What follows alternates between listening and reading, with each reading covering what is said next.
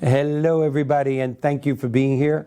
Nada and I are glad to be bringing you, I'm not sure what episode it is, 35th, 36th? 36 maybe? 36, but we're here a long time. We haven't left the studio in 9 months. It's amazing.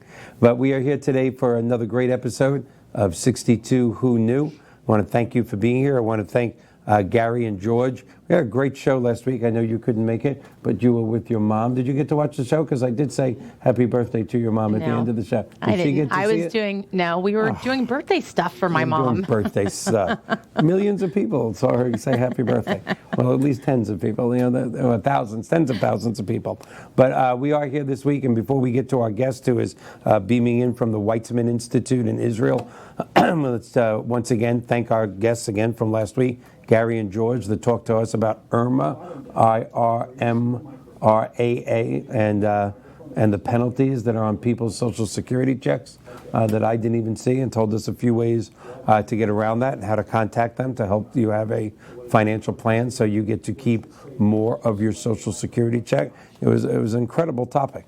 And today's topic of longevity and what the Weizmann Institute is going to be doing for us, for the planet, is another great topic. But as usual, we'll start out with telling you the premise of 62 Who Knew. 62 Who Knew. You want to do the premise? If you want me to. Switch to Nada. Or there you even go. Hi. Okay. What is the premise, Nada? What is the premise? I've only been here just a little while. Yes. So the premise of 62 Who Knew is for those people that are challenging approaching the age of 62. It's a good thing and it's a bad thing in a way too.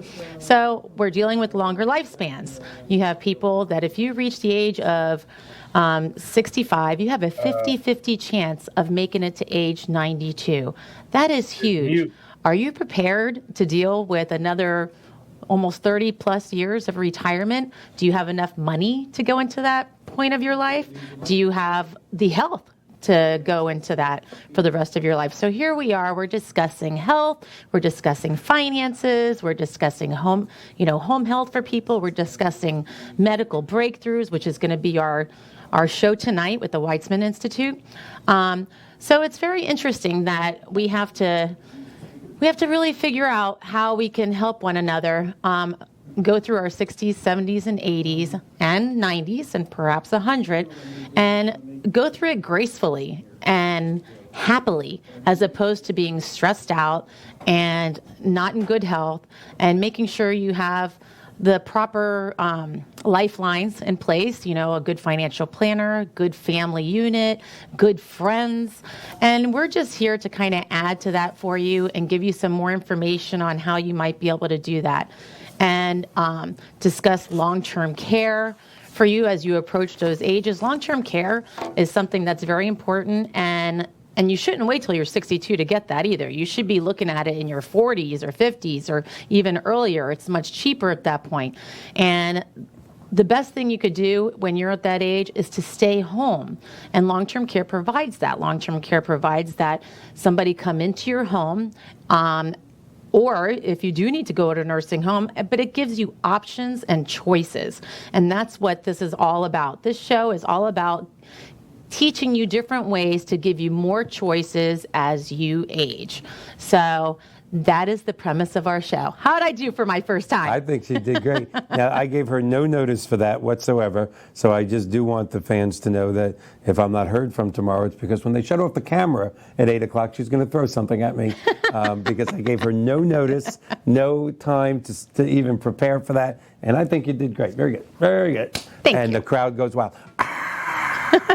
You did a great job, an absolutely great job. And that was no notice. And if you would have practiced, you would have gotten I probably would have gotten more nervous. No, you winged it, and you hit it. I'm a good winger. Yeah. You're a good winger, yes. No, really and truly, you did a great job. You told it all. And like I said, tonight's guest, I'm going to tell you a little bit about him. I can tell you that whether it be due to storms or, he's coming from us from far away, we are having a little difficulty getting him in right now. He is on the other line with our producer and the owner of WeBeam TV, John Gaston. We're trying to fix it. Let me tell you a little bit about our guest, Mr. Richard Enslein. He is the executive director of the Florida region for the American Committee of the Weizmann Institute of Science in Israel. Richard travels extensively and has been a guest speaker in so many varying venues where he has not only raised millions and millions, if not tens of millions of dollars for the Weizmann Institute, but has shown the country, pretty much the beauty of science for all humanity. That is the tagline, that is the credo, that is what the Weizmann Institute preaches and does. It is science for all community. You would think that a 90-year-old institute, located in Israel, everybody's thinking, well, of course, a bunch of Jewish doctors, but only about 50% of Weizmann Institute is Jewish. The other 50% are just the finest minds. When I asked them about it, when I first got involved with them, is it all Jewish? Is it this? Where do you get your people from? They go, we look at people's minds. We have the best Jewish, Christian, Muslim, Asian. It means nothing to us. It's their brain. If they bring something to humanity, then they are a welcome addition to the Weizmann Institute. And that really is kind of cool if the world lived like that. Can you imagine what kind of world it would be if we just a much better one? Yes. Really incredible. And although I said this today on our on our preview that I do, synopsis, I just said it right before the show on our Facebook Live that we both do a few minutes before the show. But let me give you a few examples of what the Weizmann Institute is about. And then if we're successful in getting him on, we will bring him right on camera. And if we're not, I'll just keep rambling. Which is what I'm going to have to do because this is the world of technology. But we're going to get him on any second. I'm going to make a quote here. I'm going to say words. And a lot of times when people say lead the way or number one, they mean that more figuratively than literally. I am saying literally. Google this. The Weizmann Institute has led the planet in the way of computer science, gene therapy, biochemistry, stem cell research, immune or immunotherapy. We're going to be discussing that now, which is going to be making, or to a point has already made, chemotherapy obsolete. Whereas with chemotherapy, when it attacks the cancer, it also attacks the good cells of your body. That's why chemo is so difficult. But it has been the way to go the last 3 decades. This is the next stage, immunotherapy. Where was it created? The Weizmann Institute in Israel. The first particle accelerator ever created on the planet was in the 1960s in the Weizmann Institute. For those of you that don't know what a particle accelerator is, I can give you a very roundabout layman's definition, but it is a long tube where molecules are shot between the tubes at light speed. That just, as a Star Trek person for my whole life, at light speed, 182,244 million miles per second. That's like, it's even faster than that. Faster than that. I can't move my head quick enough. My glasses would fly. Think about that. 182,244,000 miles per second.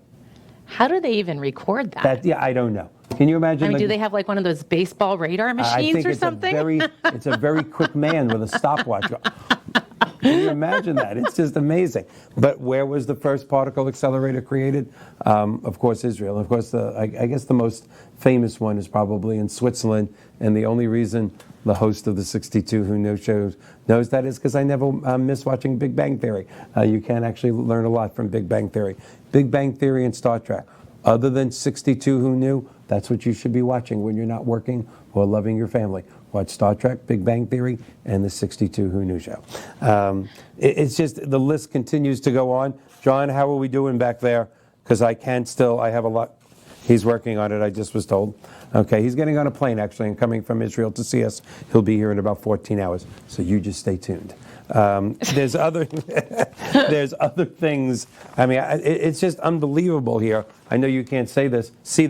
This is like a fraction of what I printed off of what they have done for humanity. And when you think about that, not just done for cancer care or leukemia, Alzheimer's, which they're so close to having a cure for, you know, they do it for humanity. It's science for humanity. And it just really is incredible. They were the first to introduce cancer research in Israel, and they were the first person, I don't even know what this means really, to introduce an ethical drug called Capoxone, developed at the Weizmann Institute and received and approved by the FDA in 1997. I don't know what that is, an ethical drug. I will have to ask them when we get here. Their history of philanthropy is literally second to none. When you go to the Weizmann Institute, they don't ask you your religion, your income bracket. It's not part of it. When you're at the Weizmann Institute, you're taken care of. They're a research institute. They're not actually a hospital. But to utilize the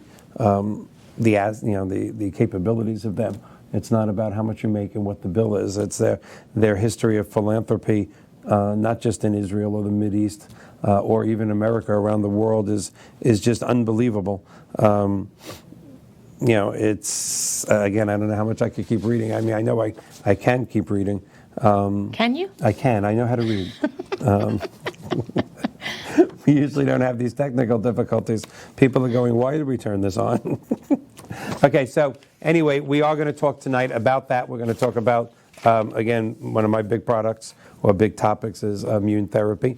Anybody that has a family member that has had cancer or is currently fighting cancer, which we do in my family, is going to be very interested in that topic.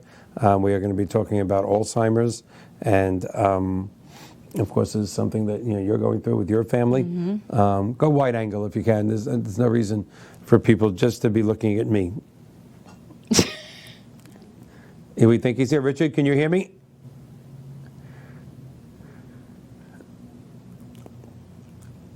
We think we got him. Hold on. Don't go away. Oh, there he is. Richard, can you hear me? Oh. I see him. I don't hear him. I see Richard, but I don't hear him. Richard, do you hear me? And why does it say Mr. David Hall? Richard, do you hear me? I don't. Well, we see you now, but we don't hear you. We see him, but we don't hear him. Do you know sign language, Richard, by any chance? Can he hear you? Can Richard, he hear us? Nod your head if you hear me. All right, well, we're getting there. We're halfway there. We're happy to see you. We always love seeing your pretty face here on 62 Who Knew? And we'll get you speaking in just a minute. I've been trying to tell everybody about the unbelievably wonderful things that the Weizmann Institute has done for humanity, but I can't do it as well and as eloquently as you can. So we know we will have you here any minute. Momentarily. Momentarily. So how you been? I've been doing well. How about yourself? Good. Yeah, good. Are we almost there? We're almost there. All right.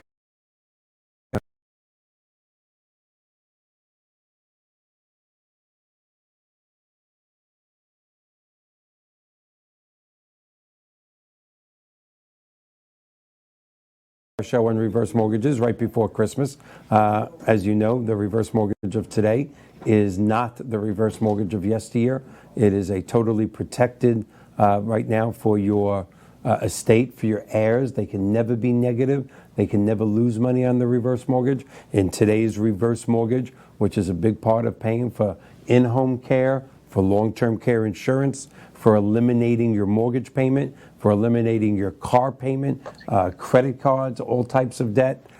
Today's reverse mortgage is being used for so many things. And of course, the last 6 to 9 months, we have what is known as proprietary products that now go up to $10 million, which is opening up an entirely new frame of existence, an entirely new market for what we do during the day when we're not here talking aimlessly into a camera without a guest. When we're not here doing this, we are doing, regular mortgages, regular of course. Mortgages? Fannie Mae, Freddie Mac, FHA, VA, 3% down, 3.5% down. But this new, it's not so new anymore, proprietary product is allowing people with multi-million-dollar houses to come up and say, you know what, I need to take a couple of million out. And we're enjoying that for a lot of reasons. I mean, it's great that okay. Well, I'm sorry. Do we have Richard? Yes. Yes. Richard, can you? Oh, we see Richard. Richard, say hello. Good evening, Michael. Oh, we can hear him. We see his beautiful face. We can hear his voice. I think you should start out now with. I'm thinking singing I Left My Heart in San Francisco, because we've been waiting for you so long. We want you to make a really good entrance. How are you, sir? Excellent. How about yourself? We're doing great. I had to ramble a little waiting for you to come on. So whatever guests are still left watching are so happy to see you. You have no idea. And we just went back again. Well, all righty. Well, I thank you for inviting me this evening. Sorry we had the technical problem. That's okay. I wanted to speak to you about the Weizmann Institute of Science, one of the world's top multidisciplinary research institutes, rated by Nature magazine number 6 in the world. Wow. And the only place on the list in the top 15 that's outside the United States. The Weizmann Institute is located in Rehovot, Israel, about 17 miles southeast of Tel Aviv. Mm-hmm. It's a 3,800 person basic science research institute with graduate students, research technicians, and staff. And their science is based on the curiosity principle, to hire the best people in the world and to let them have their academic freedom to follow their curiosity in order to find answers to new questions, finding answers to new knowledge that people haven't known before. And that's really, Michael, the definition of basic research, finding new knowledge. And that's amazing. And again, even though we were laughing the last 15 minutes as we were going through our technical problems, as I continue to read what the Weizmann Institute has contributed to humanity, it's just really amazing. And so we're starting a little late. I'm just going to let you take over. Tell us what's new.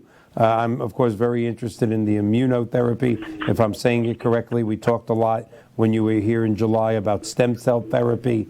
I know you were doing some incredible things with the particle accelerator. I'm going to let you pick and go with it. What's new and what can we look forward to as we now are living to be 90 and 95? What is the Weizmann Institute going to give to humanity as they have for decades, so we can take that above 100 and keep going? Well, recently, 2 of the Weizmann scientists were awarded the Israel Prize, and every year on Israel Independence Day, on Yom HaAtzmaut, at Mount Herzl, the Prime Minister gives out the Israel Prize, and in the life sciences, Professor Adi Kimke has won the Israel Prize for pioneering and deciphering the mechanism in programmed cell death in mammals. So basically what this is, Michael, is that we have cells in our body that are programmed to die at a certain time and to replenish themselves, get new cells. So an easy example is your skin. Skin cells die, and the women especially will rub creams on their skin, rub the dead skin off, and the new skin regenerates. Well, in our bodies, in all of our organs, in our stomach and our liver and all of our primary organs, the same thing happens. And when those cells don't die when they're programmed to, they keep multiplying and multiplying and multiplying. And what do you get? A tumor, cancer. Oh. So Professor Kimke's science, that she was just awarded a prize for in molecular genetics, she's found a way to cause apoptosis. It's a difficult-sounding word. It's a word that comes from the Greek, but basically it means programming cell death. So she can program the cells to die when they're supposed to. There's also a process in all our cells in our body called autophagy. And autophagy is really getting rid of the dead cells. So think of, if you would, Pac-Man that we used to play when we were kids. Yeah. That would chew up the little white dots. Mm-hmm. The debris left from the dead cells is cleared by certain cell mechanisms in our body. And when that doesn't clear, then we get all types of diseases also in our bodies. Mm-hmm. So she's also found a way through RNA messengers to be able to clear the cells. More specifically, she's found factors called DAP genes that are responsible for the decision and signaling pathways that drive different forms of cell death. And she's come up with a new way of screening RNA to identify the novel regulators and agents of cell death. And for this great discovery, she's won the Israel Prize in Life Sciences, which is the highest prize that someone in Israel can win. So you're literally looking at the first steps of curing cancer, because if you can get rid of, if you can never actually create the cancerous tumor, then the cancer won't appear. Or am I being too simplistic about that? No, you're correct. It's a little bit of an oversimplification, but as you were talking also in your introduction, there are many groups that are working on cancer. 50% of Weizmann scientists work on cancer. And there are groups that are working, as you said, on immunotherapy. The 2015 Israel Prize winner, Professor Zeligesha, won the prize for coming up with the idea of having killer T cells. So I'm oversimplifying it. He came up with the term killer T cells. So we all know that we have T cells in our body, our white blood cells. And when we get sick, we get a virus, we get bacteria to cause infection. The T cells will come in and eradicate that. Mm-hmm. And in blood cancers, they found that now with certain drugs that supercharge the immune system, they can use your own T cells to kill certain types of blood cancers. This was done in clinical trials at the University of Pennsylvania Medical Center, where 9 men were allowed by the FDA, by the U.S. government, to be given this treatment in 2011. They all had 30 days or less to live. That's why they were allowed to do it on humans. And I can tell you that 3 years later, 7 of the 9 men were in total remission. Oh and that's gosh. why today that you Gives me the chills. It really does. That's why today that you read in the newspapers about immunotherapy. So what's really happening around the world now, and it's happening at the Weizmann Institute, it becomes more of personalized medicine, where we're finding that all of us have different genes and different DNA makeup in our bodies, and that one treatment may work on myself, but it may not work on you, and vice versa. So they're finding that they need to personalize these treatments to make them more effective in solid tumor cancers. And when you say personalize them, what are they? I'm assuming, because I have a family member fighting cancer right now, and who I hope is going to be starting the immunotherapy in less than 30 days, and his surgeon took a biopsy from one of the cancerous tumors, and from that I think they are, I guess for lack of better terms, custom making or creating the immunotherapy from him, so they know exactly what to attack? That's exactly correct. You've got a great grasp of it. All of us have different genes. You know, some women may have the BRCA gene, other women might not have the BRCA gene, which we know will cause breast cancer. And we know that cancer is many different diseases. It's not just one disease, so it could be a number of diseases in the same cell. So the drugs and the immunotherapy drugs may work on myself and may not work on you, or vice versa. Right. So they really have to personalize the information that they get from the cells in order for the doctors to properly treat the patient. And this is where medicine is going. This is literally done on a molecular level? Yes, absolutely. That's amazing. There are centers at the Weizmann Institute where scientists can go and share time on one-of-a-kind equipment in Israel where they can magnify things millions and millions of times, and even on certain new equipment a billion times. And one of the methodologies that the Weizmann Institute uses is that if you have a machine in your lab in another place in the world, only you can use it, and if you happen to allow a colleague to use it, that would be kind of you. But at Weizmann, there's a more efficiency of scale, and all of the nano-imaging equipment are in nano-imaging centers, and all of the scientists can register to use that equipment at certain times, and they really run 24 hours a day. So that's one of the geniuses of the Institute, where everyone can share the latest equipment. It's almost like a science kibbutz, where everybody is sharing communal property. And for our non-Jewish viewers, a science kibbutz would be a community of scientists. Remember, I'm not on the east coast of Florida, Richard. I'm on the west coast. Lots of goyim. So we have to explain the kibbutz thing. Well, and by the way, goyim is not a bad word. Anybody thinking about that? It's just a non-Jewish person. I didn't insult anybody. Got to be careful here. The beautiful thing about the Weizmann Institute, and I'll give you an example. We don't have an undergraduate program, but we do have a graduate school. And when you go to the postdoctoral program, you will find that 68%, I'll repeat that, 68% of the postdoctoral students are foreign.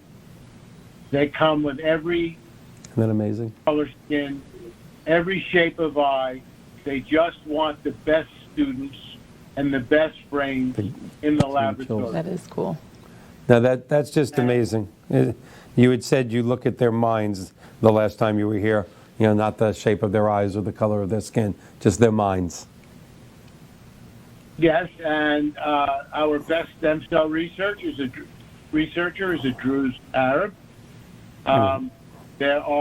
We just recently had a tour of graduate students, PhD students in the U.S., and in one of the cities, my colleagues reported to me that there was an Arab student. Mm-hmm. I've had students come from Ethiopia, from all different countries. A lot of these students go back to their countries to share the knowledge that they obtained at the Weizmann Institute, and occasionally some of them stay. And one of the PhD students who just came to Florida told me of her Italian professor, an Italian woman, Mrs. Baratola, and she did her postdoc at Weizmann, and she met an Israeli man. She married him and decided to stay. Mm-hmm. This happens quite often also in reverse. People will come from America, from Argentina, from South Africa. I've met postdoctoral men who ended up serving in the Israeli army, having their families in Israel. And when I asked them personally, while having dinner with them, how did that happen? How did you end up in Israel from South Africa or Argentina? And he said, well, I met a beautiful dark-haired Israeli girl. I fell in love and never left. That's right. So it really is a conglomeration of people. I call it the United Nations of science. Well, that's just incredible. Can you imagine if the world viewed each other, as the Weizmann Institute, looking at you for your mind and not for the color of your skin or the shape of your eyes? If the world could live like that, we'd have a better world. Absolutely. Absolutely. It is really a model place to do science. Many of the scientists live on campus. When I talk to them, how long is your commute to work? They'll tell me it's a 2-minute walk. Mm-hmm. They can go to their labs. The young scientists, especially the women scientists, have the ability to put their children into daycare on campus, to be able to visit them at lunchtime, pick them up in the evening, take them home, and then if they wish, they go back to the lab. So it is a science community. that is really beneficial for everyone. We do have Adi Kimke, who won the Israel Prize this week, is also one of her noted achievements is supporting female scientists on campus and in the state of Israel. Mm-hmm. And what they've done, they took about 10 years ago, 12 years ago, I think, when I first joined the Institute, a census of why there is such a small percentage of full women professors. And in any university, you must do your Master's of Science, your PhD degree, and then in Israel, you must go abroad to do your postdoctoral work in a great lab at Harvard or MIT or Caltech. Right. They don't want inbreeding of ideas. They want you to go learn what's going on in a great lab in Oxford in England or at the Pasteur in France. And what they found, where they were losing the women after their PhD programs, that the women had served 2 years in the Army. They travel for a year, as most Israelis do. They take a couple of years 4 years to do their Bachelor of Science, a few years to do their master's program, 3 years to do their postdoctoral program. And by the time they're ready to do 3 years to do their PhD program, and by the time they're ready to do their postdoctoral program, they're generally around 32. They're married and they have families. And they have to go to their husbands and say, I really want to continue my career. I'd like to go abroad. I have scholarship for my postdoc. And generally what happened in the past was the husband said, well, what if I can't find a job? What if I can't put food on the table? How are we going to do that? And the women were giving up their careers for that reason. And what we started about 10 years ago with Weizmann was to give the women on top of their scholarships an extra $40,000 living stipend so they could say to their husbands, come with me. I can take care of the roof over our head. I can make sure the children are fed. You'll have time to find a job. And now we found, this many years later, that the number of women's full doc professors has tripled. Wow. Because they're given the opportunity to continue their dreams in science. That's amazing. That is amazing. Not only is it for Weizmann women, but for women of any university in Israel can apply for the program, and they'll be funded to go abroad to do their postdocs. That's incredible. In Israel, we look at women's brains as 50% of the natural resources.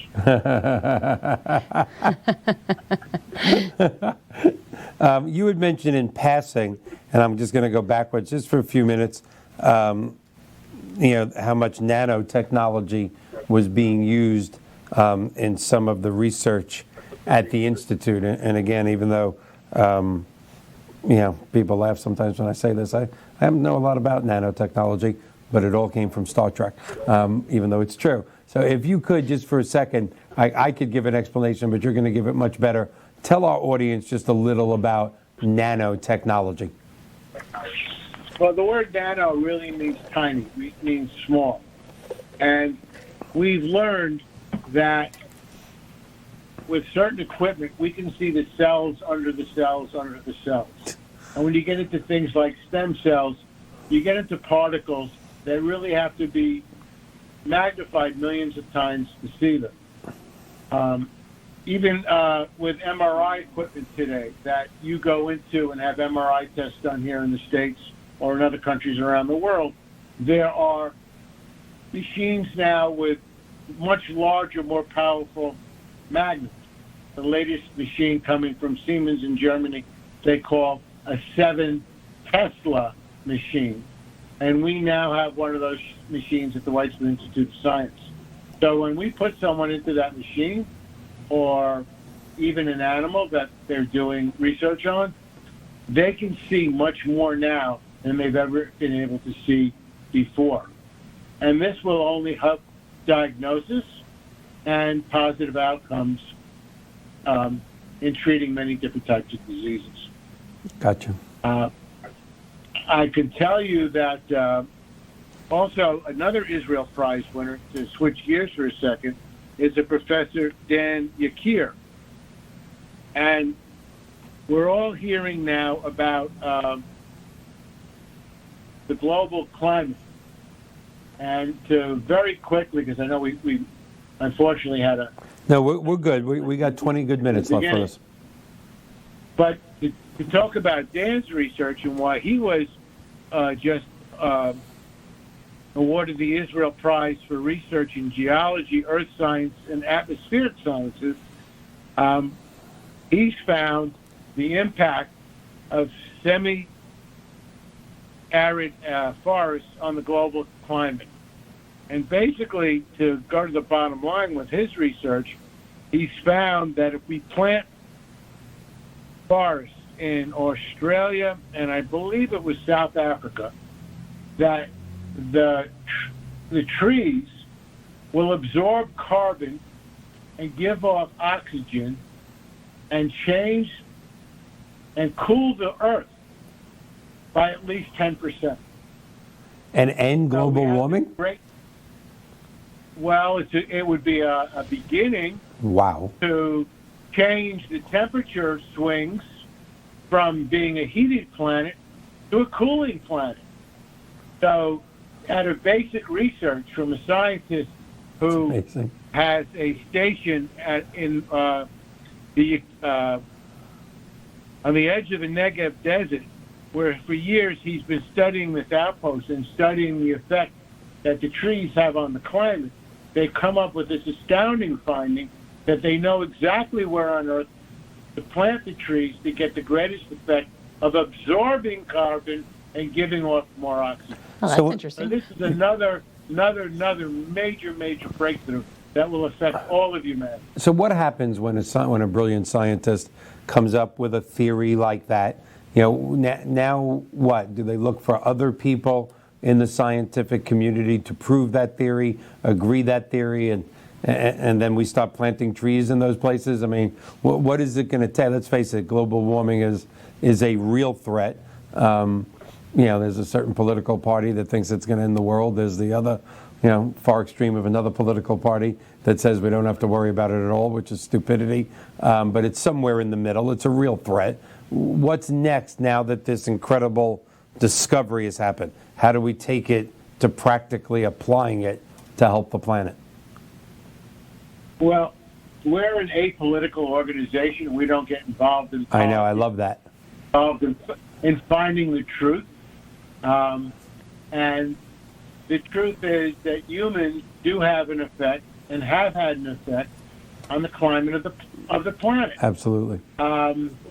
So I'll leave it at that statement, not to go into politics. Yes. And we know in science that, and if you look back to the Ice Age, and you look back to what's happened over many tens of thousands of years, the planet changed on its own. We have a tectonic plate. We have volcanoes that deep under the earth. They explode. They cause changes in climates. The largest such action happened at Santorini when that largest volcano blew many years ago, and it changed the climates of the Mediterranean basin, to Israel, all through Italy, Greece, and it really changed because of the amount of ash that went to the atmosphere, the entire globe's climate. Right. So we know we've had the Ice Age. We know we've gone through that. But why did that happen? So I say that because there are a number of reasons that the planet changes its temperature, but obviously humans are a great factor. Yeah, we do our damage, it seems, wherever we go. That's for sure. Yeah. So we have about 15 minutes left. I know we're going to talk about something very near and dear to my heart that's happening out in space, but I don't know if did you want to talk about anything else that's going on that has to do with longevity and that's going on in the Weizmann Institute before we get to what I think is a very, very happy topic? Well, we'll get to space in a minute. Yes, I do want to speak about that because it's happening as we speak. It's a very timely subject. But there are 1,000 different research groups at the Weizmann Institute, and they collaborate in countries all over the world. So the question you asked before, are other scientists proving or disproving theories? Absolutely. And they work together. Once a scientist patents a discovery, they'll publish it in Nature magazine, the New England Journal of Medicine, Science magazine, Cell magazine, and the scientists decide who around the world they want to work with. So they do prove or disprove each other's theories, and there is a world scientific community, and they all travel to conferences all around the globe to see what's going on in other people's labs, and also to authenticate or disprove different theories. So there is tremendous collaboration in the world. I personally think we can achieve peace through science, but that's a whole nother we could do a show on that. There is no doubt in my mind that we could have world peace, which most people think is a fantasy, but you can achieve peace through science because wars happen because people are suffering, and on some certain level, there's no doubt we can obtain peace through science. Well, to go to the subject that you touched on, I see we're getting to the end of the hour. Recently, 2 months ago, and I'll give you the background on it, Israel and Space IL in particular put a lunar craft landing module on top of her Saturn IX rocket from Elon Musk and was launched from Cape Canaveral into space. And the equipment to do the scientific experiments on the moon, on the unmanned lunar module, was built at the Weizmann Institute of Science. And I'll touch back on that in a minute. But the rocket was launched successfully. There were 7 different maneuvers that have happened since the launch in February. The capsule has traveled many tens of millions of miles and has left the Earth's gravitational pull and has entered the moon's gravitational pull. And we expect on this Thursday evening, the 11th of April, Israel will land a spacecraft on the moon to be the 4th country in the world that accomplished that feat behind the United States, Russia, and China. We recently today received pictures from the dark side of the moon, including pictures of Earth from the dark side of the moon. They're on the Weizmann website. You can see them for yourself. And we're hoping that everything goes right and that on Thursday evening, Israel will land on the moon. Incredible. We're going to conduct... it is very incredible for you to think of a country that was born 75 years ago. That's right. That they now have the innovation and the ability to land on the moon. This started as a Google SpaceX prize some years ago, where $10 million was offered for the country that could land a craft on the moon. The time frame for the dollar prize ran out, and on a shoestring budget, on a $100 million budget, when the other countries spent billions of dollars on it, from private philanthropic monies, about 10 families put in $10 million each. They raised $100 million, and through Israel Aerospace Industries, through private investors, and now with the equipment from the Weizmann Institute of Science, we're hoping that this vehicle has a successful landing on the moon. They're going to test many, many different magnetic qualities of the moon rock and the surface of the moon. There's a lot of questions about the magnetism that the moon has and the gravitational pull on the Earth. And I just learned this afternoon that they're going to land in the Sea of Tranquility, where the Americans landed a manned space vehicle, and they dropped X amount of pounds of human waste on the moon. And they're going to do an experiment to see what happened to that human waste. Oh my gosh. In zero gravity. That I don't know what the purpose of that experiment is, but I'm sure they do. Now, are we going to be mystified if they point the camera at the waist and there's a sign there that says, "Please flush and wash your hands before leaving"? We got to wonder who wrote that sign. Well, actually, we know now from experiments and from the science at the Weizmann Institute of Science that all of our bodies digest food differently. There's a lot of talk in the health care world now about the microbiome. That started with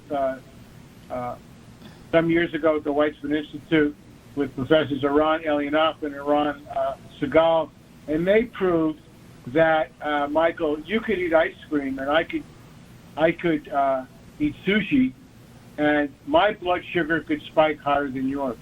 It has to do with the bacteria in your microbiome, and your microbiome, the bacteria in your microbiome, has more DNA than our bodies, and we're finding now that there's also an effect between the DNA in our microbiome and the way each of us absorbs a drug. So there's a thin epithelial layer of skin in our gut between the bacteria and between us.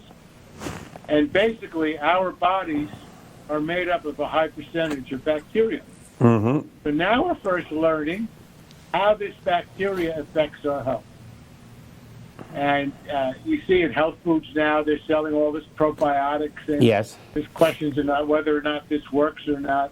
But there are studies that are going on that show that, for instance, synthetic sugars are more harmful than pure sugar. I've heard that your Yes. body can digest the pure sugar much easier than the synthetic.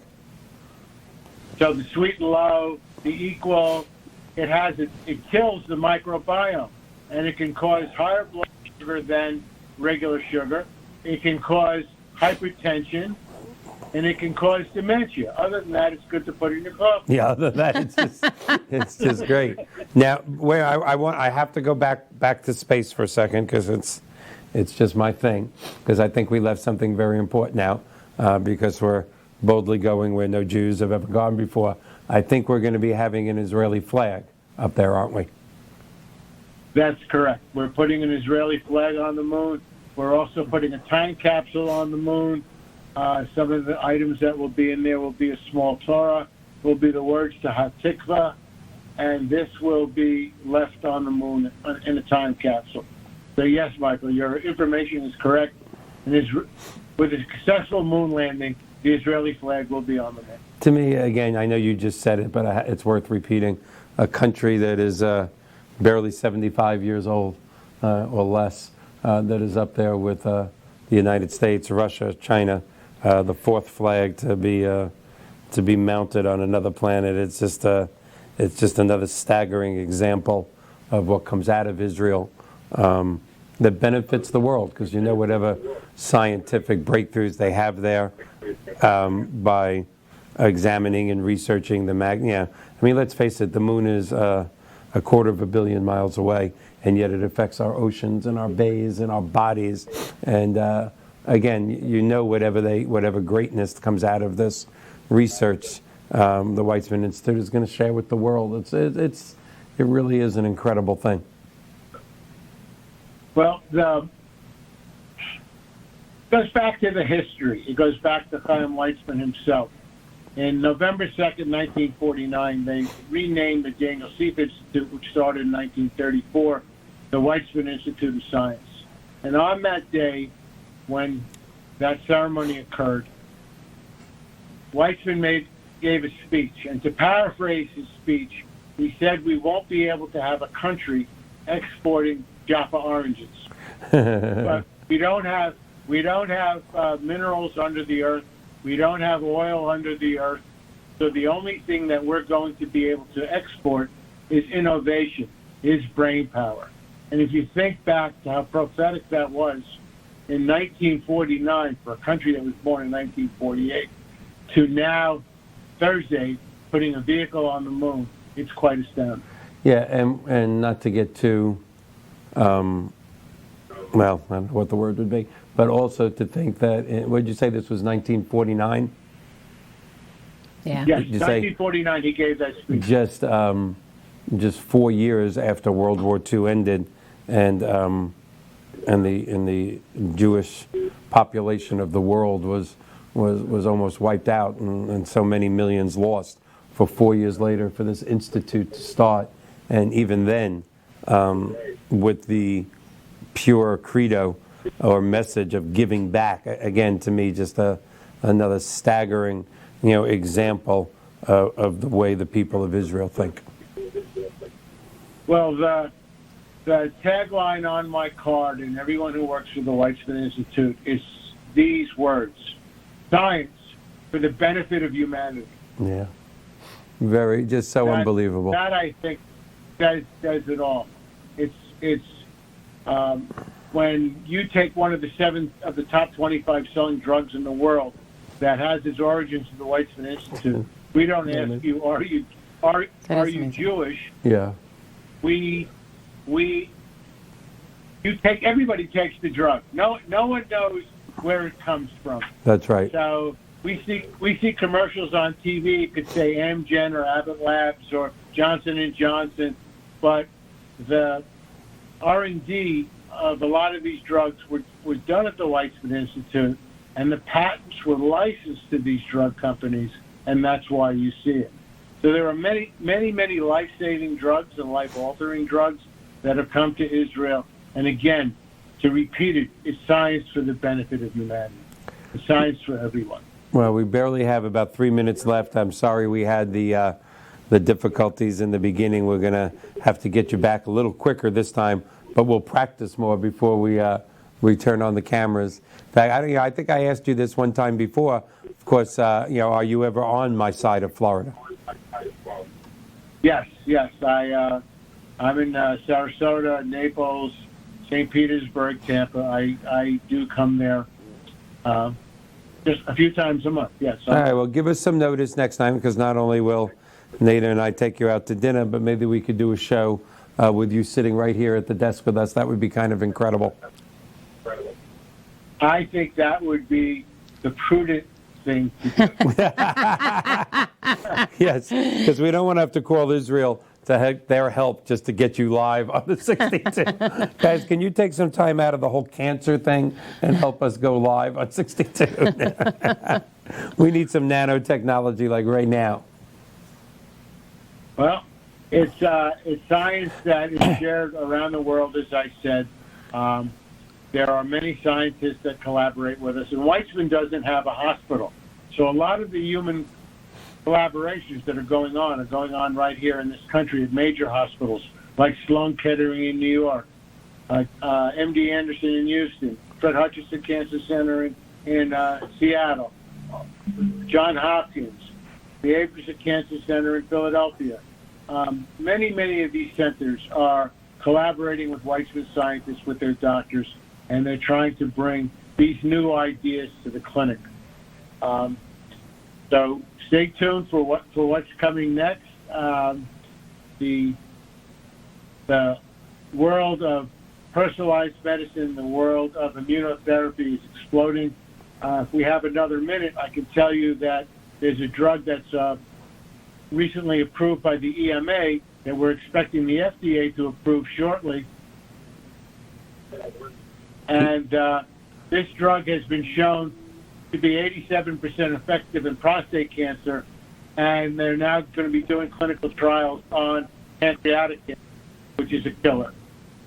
Unbelievable. Well, we have a little less than a minute to go. Again, please, a couple of quick things. Let us know when you're going to be in the Tampa Bay, St. Pete area, so not only we can meet in person, but we can get you into the studio for an up-close and personal show. As always, thank you so much for being here. We just love hearing from you and what's happening at the Weizmann Institute. We're proud of a lot of our great guests that come on here that have Absolutely. national reputations, but nobody No, has the international. but nobody has the worldwide implications as the Weizmann Institute. So thank you so much, Richard. Thank you. Thank you for having me. How much longer do we have? 10 seconds?